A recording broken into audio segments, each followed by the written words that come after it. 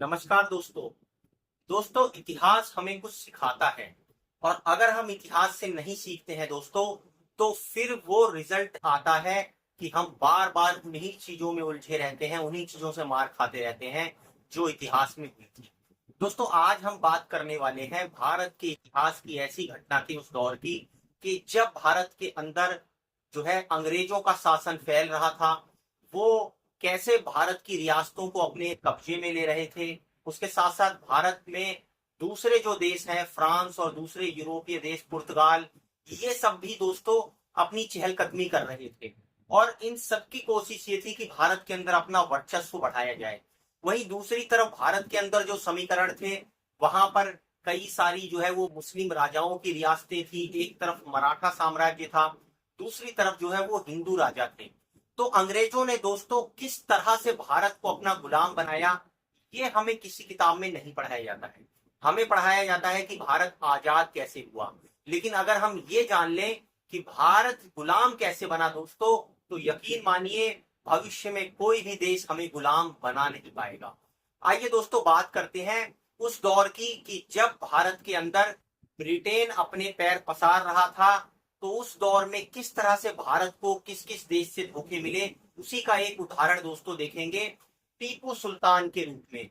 मैसूर का साम्राज्य दोस्तों, जहां पर हैदर अली के बाद उन्होंने अपने बेटे टीपू सुल्तान को मैसूर की गद्दी पर बिठाया। और दोस्तों कैसे फ्रांस के साथ उनके संबंध थे, और एक समय पर आकर फ्रांस ने क्योंकि उनकी मदद करनी बंद करी, अंग्रेजों से उनको हार का सामना करना पड़ा और अंग्रेजों ने बेहद क्रूरता के साथ उनकी हत्या भी कर दी के अंदर। तो दोस्तों हम बात करते हैं टीपू सुल्तान के बारे में। दोस्तों ऐसा कहा जाता है कि टीपू सुल्तान जो है एक कुशल शासक थे। कैसे जो है हैदर अली ने उनको शिक्षा दिलवाई, क्योंकि हैदर अली खुद ऐसा बताया जाता है कि अनपढ़ थे। तो उन्होंने टीपू सुल्तान की जो शिक्षा है वो बहुत अच्छी कराई, उनको युद्ध की शिक्षा दी, उनको अलग अलग भाषाओं का ज्ञान दिया और उनको एक निपुण योद्धा बनाया दोस्तों। और टीपू सुल्तान का जो दोस्तों शासन काल है वो 1782 से लेकर 1799 तक का दिखाई पड़ता है। अंग्रेजों के साथ दोस्तों 4 युद्ध जो है टीपू सुल्तान के हुए, जिन्हें आंगल युद्ध कहा जाता है। जिसमें पहला और दूसरा जो युद्ध था दोस्तों, वो अंग्रेजों के साथ टीपू सुल्तान ने जब लड़ा तो उसमें हैदर अली जिंदा थे दोस्तों।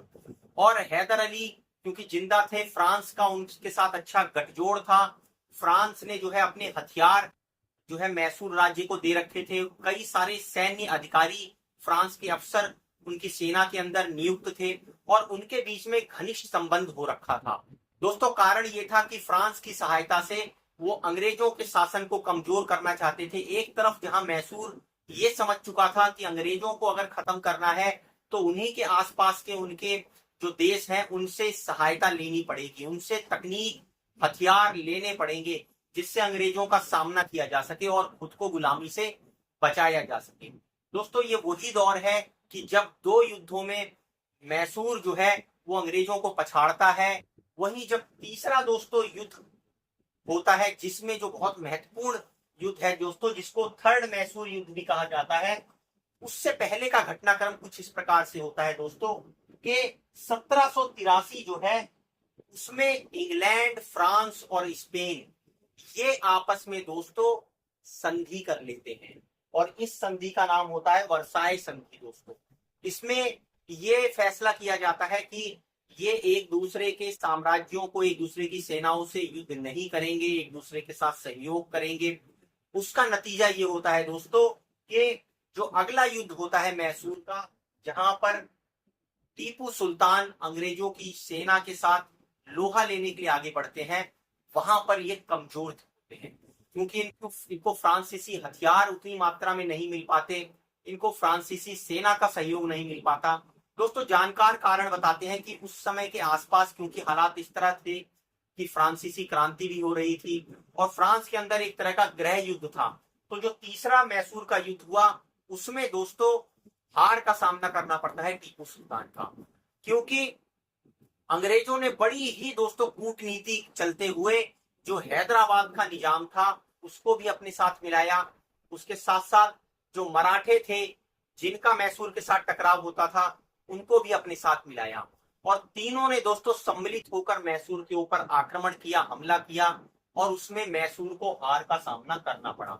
ये सारा दोस्तों जो राजनीति कूटनीति थी वो लॉर्ड, आप देखिए कि कॉर्नवालिस भारत का जो गवर्नर जनरल बना था उसी के दौरान हुई। उसने बड़ी ही कूटनीति के साथ जो हैदराबाद का निजाम था उसको मिलाया, मराठों को मिलाया और टीपू सुल्तान की सल्तनत मैसूर को हराया। उसका खामियाजा दोस्तों क्या हुआ 1792 में कि टीपू सुल्तान की हार के साथ साथ जो है एक रंगापट्टी की संधि हुई। रंगापट्टी की संधि क्या थी दोस्तों, इसमें आधा राज्य जो टीपू सुल्तान का था वो उससे ले लिया गया और उसके साथ साथ 30 लाख पौंड, उस समय आप लगाइए कि 30 लाख पौंड 1792 में कितनी उसकी कीमत रही होगी, वो वसूले गए। इससे टीपू सुल्तान को बहुत क्षति हुई दोस्तों और एक बहुत गहरा आघात लगा। अब दोस्तों यहां पर यह समझने की बात यह है कि मराठों ने भी साथ दिया, हैदराबाद के निजाम ने भी साथ दिया, तब अंग्रेज हरा पाए। दोस्तों यही वो कारण है कि अंग्रेजों ने कैसे भारत के ही राजाओं और शासनों का इस्तेमाल करके एक एक करके भारत के राजाओं को हराया। और दोस्तों जब ऐसा बताया जाता है कि ये संधि हो जाती है तो उसके बाद जो है यूरोप में इंग्लैंड और फ्रांस के युद्ध की संभावना भी एक समय पे आकर बनती है। और दोस्तों ये जब संभावना बनती है तो उसके बाद इंग्लैंड बड़ी ही चतुराई के साथ फ्रांस के साथ संधि करता है और वो जानता है कि अगर उसने इस तरह के स्टेप नहीं लिए तो भारत जैसा उपनिवेश जहां पूरा सोने चांदी जेवरात का अकूत भंडार है, जो सोने की चिड़िया है, वो उसके हाथ से फिसल जाएगा। बहुत जबरदस्त कूटनीति करते हुए एक तरफ तो वो भारत के अंदर दूसरे राजाओं को मिलाकर एक राजा को हराता है, वहीं दूसरी तरफ वैश्विक कूटनीति में वो फ्रांस और स्पेन के साथ संधि करके उनको सहायता करने से रोकता है भारत के राज्यों में। अब दोस्तों यहां पर आप समझिए जब टीपू सुल्तान तीसरे मैसूर के युद्ध में कमजोर होता है फिर दोस्तों लड़ाई होती है चौथे मैसूर युद्ध। और दोस्तों ये लड़ा जाता है लगभग 1799 में। 1799 में जब लड़ाई होती है दोस्तों तो टीपू सुल्तान इस खतरे को भांप चुका होता है कि आज नहीं तो कल अंग्रेजों के साथ युद्ध होगा। और युद्ध होता भी है दोस्तों क्योंकि अंग्रेज भी डरे हुए थे कि किस तरह से मैसूर की जिस तरह से रणनीतिक कूटनीतिक सहयोग फ्रांस के साथ बढ़ रहा था उसको ध्यान में रखते हुए अंग्रेजों ने बहुत ही सावधानी के साथ मैसूर को जीतने की घेराबंदी शुरू कर दी। और यही कारण होता है दोस्तों कि चौथा जो मैसूर का युद्ध है वो शुरू होता है और चौथे मैसूर के युद्ध के अंदर लड़ाई होती है अंग्रेजों की और टीपू सुल्तान की सेना की। पर यहां पर टीपू सुल्तान को हार का सामना करना पड़ता है। कारण ये होता है दोस्तों कि एक तरफ तो जहां अंग्रेजों की सेना हैदराबाद के निजाम को अपने साथ मिला लेती है और उसके साथ मिलकर आक्रमण करती है, मराठों को भी वो अपने साथ आने का निमंत्रण देती है, लेकिन इस बार मराठे अंग्रेजों का साथ नहीं देते हैं। पिछले युद्ध में ये टीपू सुल्तान के राज्य को अपने में आधा आधा बांट लेते हैं, कुछ निजाम ले लेता है, कुछ जो है वो मराठे ले लेते हैं, कुछ अंग्रेज ले लेते हैं। लेकिन जब चौथा युद्ध होता है दोस्तों उसमें मराठे अंग्रेजों का साथ नहीं देते हैं। वो शायद इस चीज को भांप जाते हैं कि अंग्रेजों की मंशा क्या है, एक एक करके किस तरह से भारत के राज्यों को वो हराते जाएंगे और उनके ऊपर कब्जा कर लेंगे। और दोस्तों जब टीपू सुल्तान की हार होती है, ऐसा बताया जाता है इस युद्ध के अंदर, तो मराठों को वो कुछ राज्य देने की कोशिश भी करते हैं। बड़ी ही चतुराई से दोस्तों वो रिश्वत देकर मराठों का और निजामों के अफसरों का समर्थन लेते हैं, उनकी सेनाओं को इकट्ठा करते हैं और भारत के एक दूसरे राज्य पर आक्रमण करते हैं, एक राजा को हराते हैं।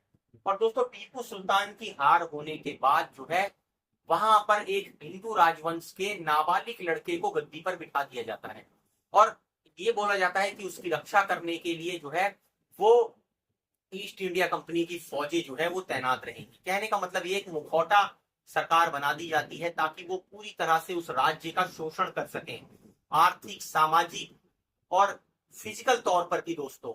और इस तरह से जो है यहाँ पर टीपू सुल्तान की हार होती है। लेकिन समझने की बात यह है दोस्तों इसमें फ्रांसीसी एंगल क्या रहा, क्योंकि दोस्तों इंग्लैंड और फ्रांस एक समय पर आकर आपस में संधि कर लेते हैं, उसका खामियाजा यहाँ पर टीपू सुल्तान और मैसूर को भुगतना पड़ता है। और दोस्तों चौथे युद्ध के अंदर ऐसा बताया जाता है, क्योंकि टीपू सुल्तान ये स्थिति को भांपते हैं और 1798 में जो फ्रांसीसी अफसर थे उनको भी नियुक्त करते हैं दोस्तों, और कुछ हथियारों की भी सहायता मिलती है। लेकिन ये सहायता इतनी नहीं होती दोस्तों कि उससे टीपू सुल्तान जो है वो किसी निर्णायक स्थिति में पहुंच सके, और इस छोटी सी सहायता से वो अंग्रेजों का सामना नहीं कर पाते और उनकी हार होती। कहने का मतलब ये है दोस्तों कि फ्रांस की सहायता न मिलने की वजह से मैसूर युद्ध हार जाता है। हथियारों की कमी होती है, जो तकनीक होती है उसकी कमी होती है, और फ्रांसीसी जो अफसर और सैनिक होते हैं उनका मार्गदर्शन नहीं मिल पाता और हार का सामना करना पड़ता है मैसूर। ये एक सबक है। जब भारत और पाकिस्तान का युद्ध होता है दोस्तों, तो हम देखते हैं कि जो फ्रांस से लिए गए राफेल हैं वो किस तरह से जब लड़ाई के युद्ध में कूदते हैं, भारत फ्रांस से उनके सोर्स कोड मांगता है, क्योंकि फ्रांस के राफेल के अंदर फ्रांस की बनाई हुई मिसाइलें फिट हो पाएंगी। अब जब लड़ाई होती है दोस्तों, तो आप भी स्थिति को समझ सकते हैं कि भारत अपनी ब्रह्मोस और दूसरी मिसाइलों को उसमें इस्तेमाल कर पाकिस्तान के खिलाफ इस्तेमाल करना चाहता है, लेकिन जब उसको सोर्स कोड नहीं मिलेगा दोस्तों, तो वो कैसे युद्ध में उन विमानों का इस्तेमाल कर पाएगा। और यही कारण है दोस्तों कि खबरें जो है इस तरह की मिलती है कि जो राफेल विमान है वो भी दुश्मन गिराने में कामयाब हो जाता है। अब दोस्तों ये खबरें सही हैं या गलत हम इसकी तह में नहीं जाते हैं, लेकिन इतना जरूर है कि फ्रांस लड़ाई के मौके पर भी भारत को सोर्स कोड नहीं देता है। तो आप देखिए इतिहास दोहराता है, और अगर हम इतिहास से सबक नहीं लेते हैं तो ये वही फ्रांस है दोस्तों जिसने एक बार भारत के इतिहास में मैसूर को इंग्लैंड के खिलाफ युद्ध हरवाने में एक ऐसी भूमिका निभाई जो आज भी भूली नहीं जाती है। और उसका एक छोटा एग्जाम्पल हमने भारत पाकिस्तान की ऑपरेशन सिंदूर की झड़प में भी देखा। तो दोस्तों भारत को क्या ऐसे देशों के साथ जैसे फ्रांस है अभी भी अपने रक्षा सहयोग करने चाहिए, या सावधानी बरतनी चाहिए ऐसे देशों के प्रति जो मौका पड़ने पर अपनी पीठ दिखाकर भाग जाते हैं और सहायता नहीं करते हैं। दोस्तों बहुत बड़ा सबक है ये भारत के लिए कि जो पश्चिम के देश हैं वो कैसे मौका परस्त हैं, कैसे वो सिर्फ अपने मौके पर ही भारत का समर्थन करने के लिए आते हैं, और जब वास्तविक जरूरत होती है तो अपनी पीठ दिखा देते हैं। दोस्तों आप कमेंट कर इस मुद्दे पर अपनी राय जरूर रखिए, और हमारी वीडियो को लाइक और सब्सक्राइब जरूर कीजिए। धन्यवाद।